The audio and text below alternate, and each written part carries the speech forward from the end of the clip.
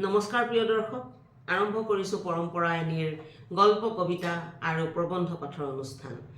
আজিৰ অনুষ্ঠানত আপোনালোকৰ সন্মুখলৈ আনিব বিচাৰিছোঁ এটা নিবন্ধ, যি নিবন্ধটো আমালৈ লিখি পঠিয়াইছে ৰশ্মিৰেখা সাউদ কলিতাই, আৰু নিবন্ধটোৰ শিৰোনাম হৈছে কলিতাসকলৰ খাদ্যাভ্যাস।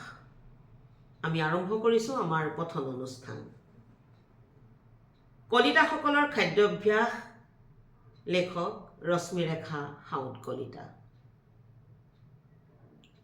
অসমৰ জাতি গঠন প্ৰক্ৰিয়াত সবল ভূমিকা পালন কৰাৰ লগতে অসমীয়া বুলি যিটো সাংস্কৃতিক ধাৰণা মনলৈ আহে, সেই ধাৰণা দিয়া কলিতাসকলেই আছিল অসমৰ মেৰুদণ্ডস্বৰূপ। কলিতাসকল অসমৰ আটাইতকৈ পুৰণি জনগোষ্ঠী। কলিতা জনগোষ্ঠী অসমীয়া জাতিৰ পৃষ্ঠভূমি নিৰ্মাণ কৰোঁতা। অসমৰ সংস্কৃতিও কলিতা সংস্কৃতিৰে সম্প্ৰসাৰিত ৰূপ। কলিতাসকলক ঠাইভেদে কলিতা, কুলিতা, কুলতা আৰু কলতা বুলি নামেৰে জনা যায়। উৰিষ্যাৰ সম্বলপুৰ, গুণাইগড় আদিত বাস কৰা কলিতাসকলৰ আৱয়িক লক্ষণৰ লগত অসমৰ কলিতাসকলৰ সাদৃশ্য থকা বুলি নৃতাত্ত্বিকসকলে মত পোষণ কৰিছে। কলিতাসকলৰ খাদ্য পৰম্পৰা অসমীয়া সংস্কৃতিৰ এক অবিচ্ছেদ্য অংগ। তেওঁলোকে স্থানীয়ভাৱে উৎপাদিত আৰু ঋতুৰ ওপৰত গুৰুত্ব দি খাদ্য গ্ৰহণ কৰে। কলিতাসকলৰ প্ৰথম আৰু প্ৰধান আহাৰ ভাত।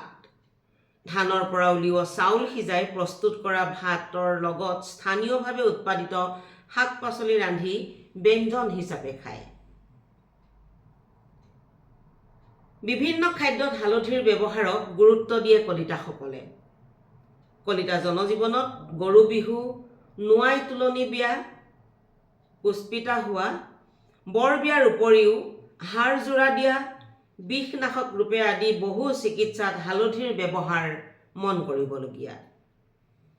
আধুনিক কালতো কবিৰাজী চিকিৎসাৰ প্ৰচলন আছে। মেঘজাইসকলৰ মাজত থকা যাদুবিদ্যাৰ দৰে বেজালী চিকিৎসা পদ্ধতি কলিতা জনজীৱনতো দেখা যায়। বেজ উপাধিধাৰী কলিতা লোক ইয়াৰে প্ৰমাণ। মাছ কলিতাসকলৰ প্ৰিয় খাদ্য। বিভিন্ন ধৰণৰ মাছবোৰ তেওঁলোকে গ্ৰহণ কৰে। তাৰ ভিতৰত কিছুমান অভক্ষ্য মাছ আছে, যেনে শাল, শিঙি, মিৰিকা। অসমৰ নদ নদী, খাল বিল, বিভিন্ন জলাশয়ত পোৱা মাছবোৰ কলিতাসকলে খায়।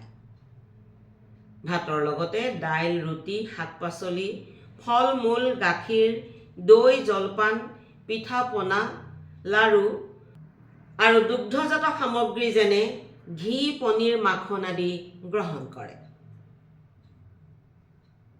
মাছৰ তুলনাত মাংস কমকৈ খায়।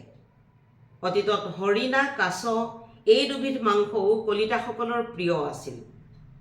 বৰ্তমান সময়ত আইনগত বাধা আহি পৰাত বাদ পৰিল। ছাগলী, হাঁহ আদিৰ মাংস খায়। কলিতাসকলে পলু, গাহৰি, কুচিয়া, লাওপানী বা সাজপানী খোৱাত সামাজিক বাধা আছে। কুকুৰাও নাখাইছিল যদিও বৰ্তমান খোৱাৰ লগতে পুহিবলৈ লোৱা দেখা গৈছে। অতীতত কলিতাসকলৰ মাজত কুকুৰা নিষিদ্ধ আছিল। সময়ৰ সোঁতত পৰি ব্ৰইলাৰ মাংসৰ প্ৰচলন বৃদ্ধি হোৱাত সুলভ মূল্যত হাতত পোৱা হ'ল বাবে কলিতাসকলৰো মাজত সোমাই পৰিল। অৱশ্যে যিসকল বয়োজ্যেষ্ঠ ব্যক্তি বা ভকতীয়া মাৰ্গদৰ্শন মানি চলে, তেওঁলোকে কুকুৰা, ব্ৰইলাৰ আদি একো নাখায়। ঘৰত আন কোনোবাই খাব বিচাৰিলে সুকীয়া চৌকাত বা বাহিৰত ৰান্ধিব লগা হয়। বেলেগ কেৰাহী ব্যৱহাৰ কৰে তেওঁলোকে। মূল পাকঘৰৰ বাচনত লেটিপেটি নকৰে। নিমখ অহাৰ পূৰ্বে কলিতাসকলে কলখাৰেৰে ব্যঞ্জন প্ৰস্তুত কৰিছিল। কলগছৰ গা অংশ শুকুৱাই বা ভীমকলৰ বাকলি শুকুৱাই পুৰি ছাইখিনিৰ পৰা খাৰ তৈয়াৰ কৰি লৈছিল। কিছুমান পৰম্পৰাগত কলিতা জনগোষ্ঠীয় খাদ্য সম্ভাৰ এনেধৰণৰ: আলু পোৰা, আলু পিটিকা, বেঙেনা পিটিকা, কঁঠাল গুটি পোৰা, মাছ পোৰা, ঔটেঙাৰ মাছৰ জোল, পচলা, কচু সিজোৱা, কোমোৰাৰে ৰন্ধা হাঁহৰ মাংস, অমিতাৰে ৰন্ধা পাৰৰ মাংস, কলডিলৰ লগত পাৰৰ মাংস। বিভিন্ন ধৰণৰ পদিনা বটা বৰ্তমান ইলেক্ট্ৰনিক মিক্সিত পিহি লোৱা হয়।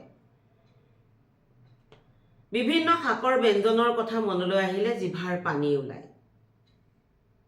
কুঁহিয়াৰৰ ৰস উলিয়াই তাক পগাই প্ৰস্তুত কৰা হয় গুড়। এই গুড়ৰ পৰা প্ৰস্তুত কৰা পকা মিঠৈ কোন অসমীয়াই বেয়া পায়। সকলোৰে প্ৰিয় নাৰিকলৰ লাড়ু, তিলৰ লাড়ু, পকা মিঠৈ আদি। ৰাতিপুৱাৰ জলপানত কোমল চাউল, চিৰা, সান্দহগুৰি আদি খোৱা হয় অতি তৃপ্তিৰে। গুড়, গাখীৰ, কল আদিৰে সানি সানি ৰাতিপুৱাৰ জলপান ভাগ পৰম সুখেৰে খোৱা হয়। বৰা ধান সিজাই একেটা ৰ'দতে শুকুৱাই এক বিশেষ প্ৰক্ৰিয়াৰে কোমল চাউল বা বোকা চাউল প্ৰস্তুত কৰা হয়। তিয়াই থোৱা চাউল খুন্দি পিঠাগুড়ি কৰা হয়। সিজোৱা বৰা ধান ৰ'দত শুকুৱাই ঢেঁকীত খুন্দি চিৰা প্ৰস্তুত কৰে। তাৰ উপৰিও এটা প্ৰিয় খাদ্য আছে পঁইতা ভাত। ভাতত পানী দি এদিন বা এৰাতি থৈ দিলেই পঁইতা ভাত হৈ যায়। আহাৰ শাওণ মাহত উৎকট গৰমত খেতি পথাৰত দুপৰীয়া ৰ'দত আলু পিটিকা, পোৰা মাছৰ পিটিকাৰ লগত, বিশেষকৈ মোৱা মাছ পাতত দি কৰা পিটিকাৰ লগত পঁইতা ভাত খালে গা জোৰ পৰি যায়। অসমৰ গ্ৰামাঞ্চলত পথাৰৰ এই চিনাকি দৃশ্য সঁচাকৈয়ে মনোৰম। ঘৰত খোৱাৰ উপৰিও আলহী অতিথিৰ বাবে বিভিন্ন লাড়ু, তিল নাৰিকল পিঠা, তিল পিঠা, ঘিলা পিঠা, চুঙা পিঠা, কল পিঠা, ভুৰুকীয়া পিঠা, তেল পিঠা আদি প্ৰস্তুত কৰে। সৰিয়হৰ পৰা মিঠাতেল প্ৰস্তুত কৰা হয়। এৱা গাখীৰ আৰু দৈ গাখীৰ কলিতা জনগোষ্ঠীৰ লোকসকলৰ জীৱনৰ এক অবিচ্ছেদ্য অংগ।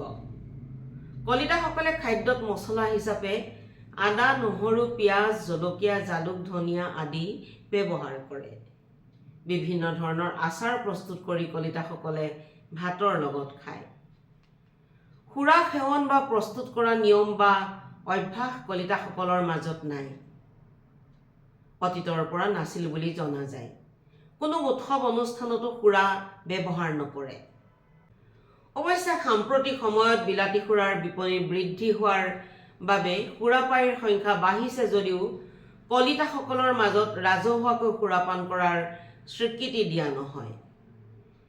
এটা কথা উল্লেখযোগ্য যে তামোল পাণৰ প্ৰতিও কলিতাসকলৰ আসক্তি দেখা যায়। নিবন্ধটি ইমানখিনিয়ে আছিলে। আজিলৈ সামৰিছোঁ পৰম্পৰায়নীৰ গল্প, প্ৰবন্ধ আৰু কবিতা আবৃত্তিৰ অনুষ্ঠান।